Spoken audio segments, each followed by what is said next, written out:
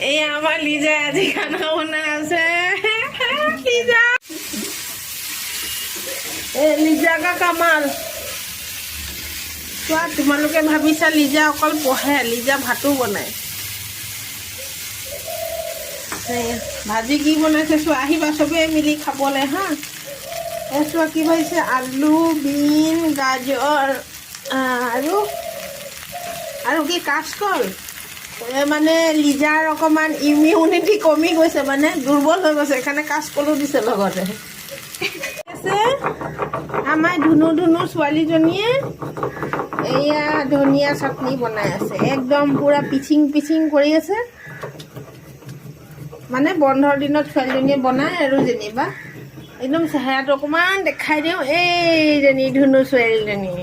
হাঁহি দিয়া এফালে